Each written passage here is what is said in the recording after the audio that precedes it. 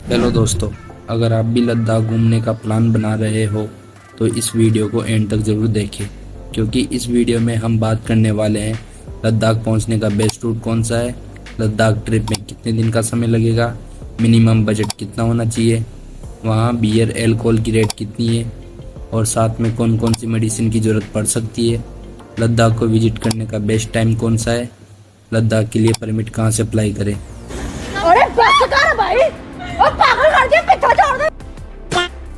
तो चलिए फटाफट से वीडियो को स्टार्ट करते हैं लाइक एंड सब्सक्राइब की बिना बकचोदी के। चलो भाई, देखो अपने क्या। अगर आप भी इस ट्रिप की शुरुआत डायरेक्ट लेह से करना चाहते हो तो आप दिल्ली से डायरेक्ट लेह जाने वाली बस हिमाचल रोड ट्रांसपोर्ट कॉरपोरेशन पकड़ ले, जो 980 किलोमीटर का डिस्टेंस लगभग 33 घंटों में कवर करते हुए नेक्स्ट डे लेह पहुंचा देगी, जिसका किराया लगभग 1700 रुपये है।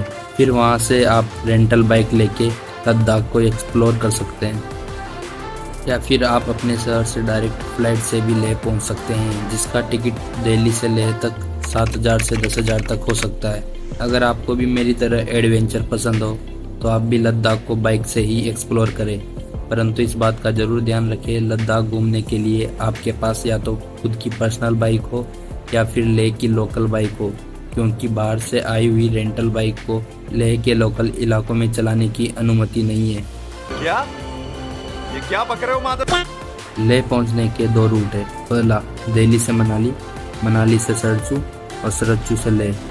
इस रूट की दूरी लगभग 950 किलोमीटर है। अगर रोमांच और बर्फीले पहाड़ और हाई एल्टीट्यूड का मज़ा चाहिए तो इस रूट से जा सकते हैं। अगर मैं बात करूं सेकंड रूट की तो दिल्ली से जम्मू, जम्मू से श्रीनगर, श्रीनगर से कारगिल होते हुए लेह पहुंच सकते हैं। इस रूट की दूरी लगभग 1200 किलोमीटर है। इस रूट का रास्ता आसान है और हाइट भी धीरे धीरे बढ़ते हुए देखने को मिलेगी।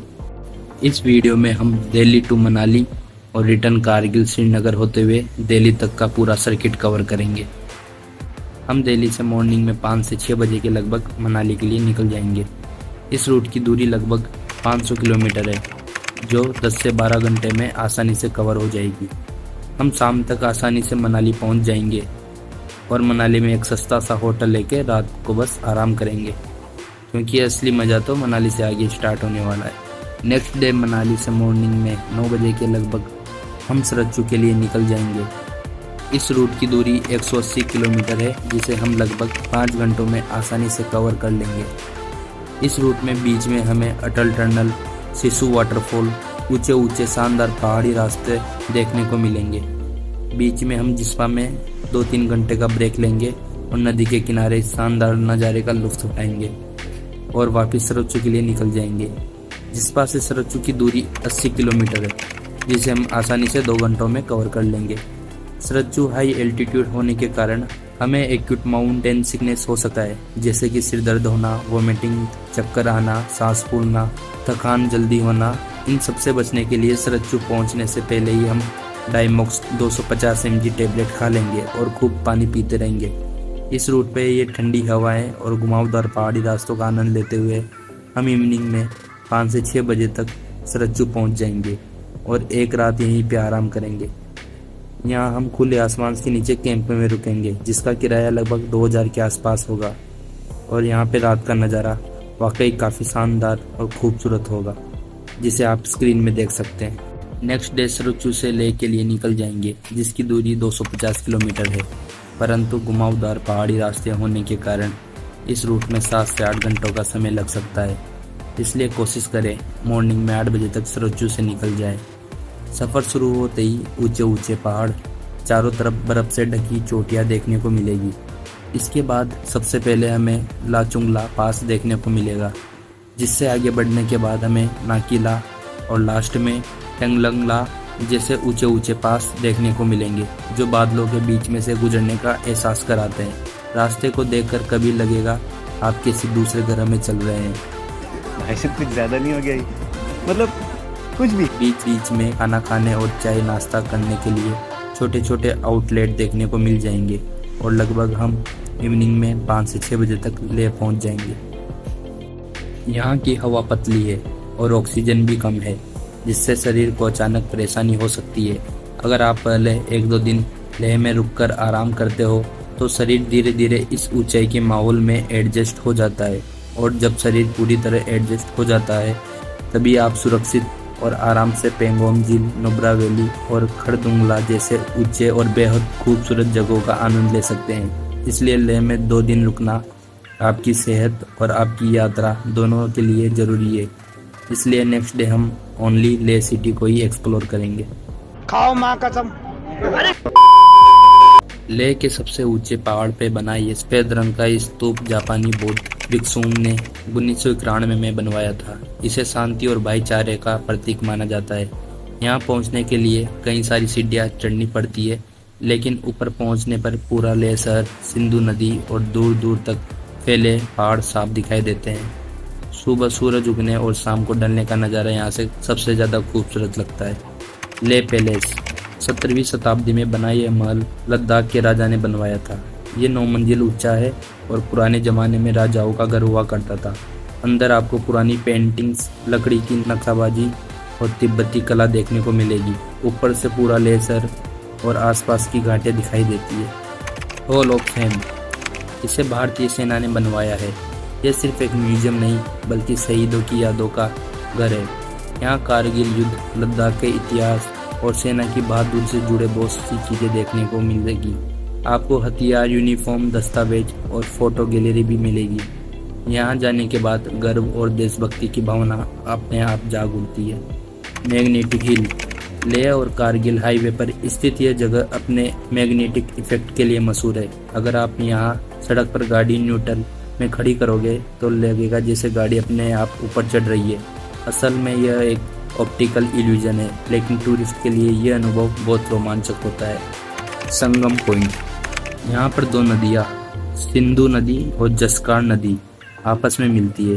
ऊपर से देखने पर दोनों का अलग अलग रंग साफ दिखाई देता है और ये मिलकर बहुत खूबसूरत दृश्य बनाती है। यहाँ एडवेंचर के शौकीन के लिए रिवर राफ्टिंग का भी इंतजाम होता है, परंतु ध्यान रखें पानी बहुत ठंडा होगा जिससे आपको हाइपोथर्मिया भी हो सकता है। गुरुद्वारा श्री, लेह से करीब 25 किलोमीटर दूर यह गुरुद्वारा 16वीं शताब्दी में गुरु नानक देव जी की याद में बना है। कहा जाता है कि यहाँ एक दैत्य ने गुरु नानक देव जी पर एक बड़ा पत्थर फेंका था, लेकिन वह पत्थर उनके शरीर से टकराकर भी उन्हें चोट नहीं पहुंचा सका। वही पत्थर आज भी इस गुरुद्वारे में रखा हुआ है। यहाँ का माहौल काफ़ी शांत और पवित्र है।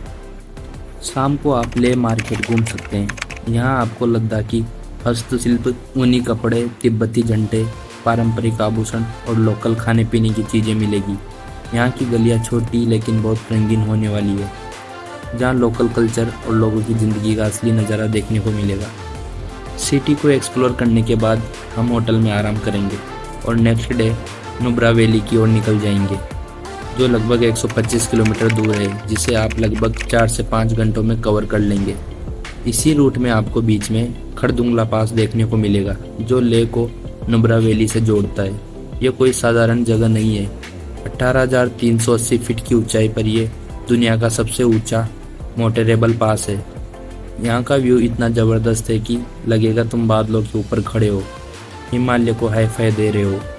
लेकिन रास्ता टेढ़ा मेढ़ा, धूल, मिट्टी और पत्थरों से भरा हुआ है, इसलिए धीरे धीरे चलो, वरना मेमोरी बनाते बनाते खुद मेमोरी बन जाओगे। खरदुंगला पास करने के बाद हम पहुंचते हैं नुब्रा वैली, जहां एक तरफ नुब्रा रिवर का व्यू और दूसरी तरफ खुला रेगिस्तान है, जहां रेत के टीले और बर्फीले पहाड़ एक साथ मिलते हैं। यहाँ आप डबल हम्प बैक्टीरियन ऊंट की सवारी भी कर सकते हैं, जिसका किराया लगभग 1000 के आसपास होगा। यहाँ आप डिस्ट्रिक्ट मोनेस्ट्री घूम सकते हैं, जहाँ विशाल बुद्ध स्टैचू बनी हुई है। इसके ऊपर की ओर से पूरा नुब्रा घाटी का शानदार नज़ारा दिखाई देता है और आप यहाँ नुब्रा रिवर के किनारे तारों से भरे आसमान के नीचे कैंपिंग का मजा ले सकते हैं। नेक्स्ट डे हम मॉर्निंग में 8 बजे तक पेंगोंग लेक के लिए निकल जाएंगे, जिसकी दूरी 165 किलोमीटर है, जिसे लगभग 5 से 6 घंटों में आसानी से कवर किया जा सकता है। रेतीली घाटियों से निकलते ही रास्ता सोएक नदी के किनारे आगे बढ़ता है, कभी स्मूथ सड़क तो कभी अचानक से उबड़ खाबड़ रास्ते या फिर पानी के छोटे छोटे नाले मिल जाएंगे। चारों तरफ ऊंचे बर्फीले पहाड़ और आसमान में तैरते बादल इस ट्रिप को और भी खूबसूरत बना देंगे। अचानक ही सामने फैल जाती है विशाल पेंगोंग लेक, जिसका कलर सूरज की रोशनी के साथ बदलता रहता है।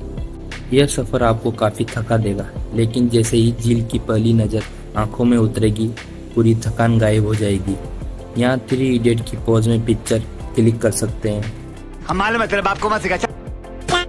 और आराम से इस लेक की खूबसूरती का लुत्फ उठा सकते हैं।